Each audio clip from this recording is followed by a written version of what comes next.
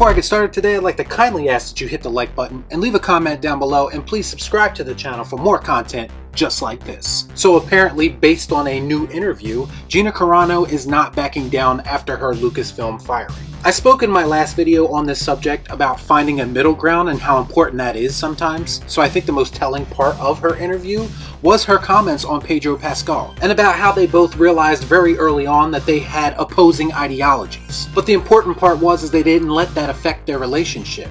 You can still be friends with someone even if you don't agree with them. Like she says right in the interview, we decided early on that we're both going to treat each other like we're humans first before anything else. That's a mentality that a lot of people could learn to live by in 2021. If someone does or says something that you don't agree with, that doesn't have to change your whole perspective on that person. And as far as her relationship with Disney and Lucasfilm, well, she's clearly going to take a stand on this subject. And I gotta be honest, her comments aren't coming from a place of someone who sounds like they're just trying to troll people. Unfortunately, that's how it's been portrayed in the media and on things like SNL. The fact of the matter is that she was on the set of The Mandalorian and she felt slighted, she felt bullied, and she felt like she was being unnecessarily watched by her employer, that being Disney. She got singled out by Disney because she believed certain things, while other people in the company and on that same production team were able to do and say whatever they wanted without consequence. She didn't go along with the Disney narrative, so they decided to start buying into the hashtag Fire Gina Carano movement. Here's the bottom line for me. I think we're at a tipping point in popular culture, and it doesn't really matter whether or not you agree with Gina Carano's comments. Right now, I think it's just important for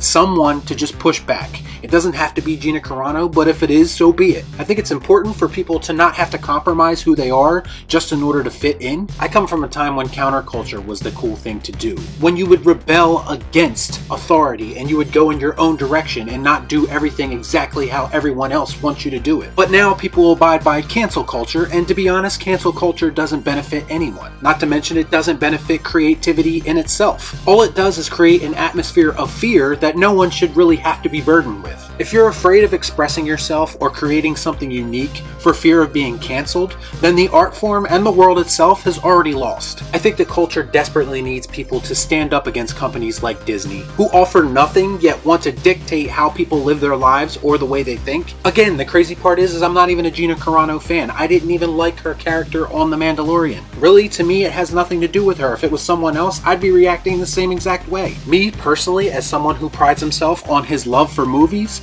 I'm just dead set against cancel culture in every sense of the word. So if it takes just one person in a position like hers to expose Disney, then I'm sorry, but I'm here for it. She claims to have even more stories of people who have worked for Disney who have been bullied within the past few years. We may never hear those stories because she's being respectful to the person involved, but to be quite honest, I think the world needs to hear those stories. Maybe it's time for people to take off the blinders, put on the They Live sunglasses, and see Disney for who they truly are. To be quite honest, I think the entertainment industry depends on it. If the consumer demands change from Disney, there will be change. It's adapt and survive. That's the way consumerism works. Otherwise, if you continue to embrace things like cancel culture, I guarantee you this industry will be ran directly into the ground, if it's not there already. So let me know what you think about all this in the comments down below. As always, please like, comment, share, subscribe to the channel, hit that bell for notifications, and I'll see you next time right here on Real Shift.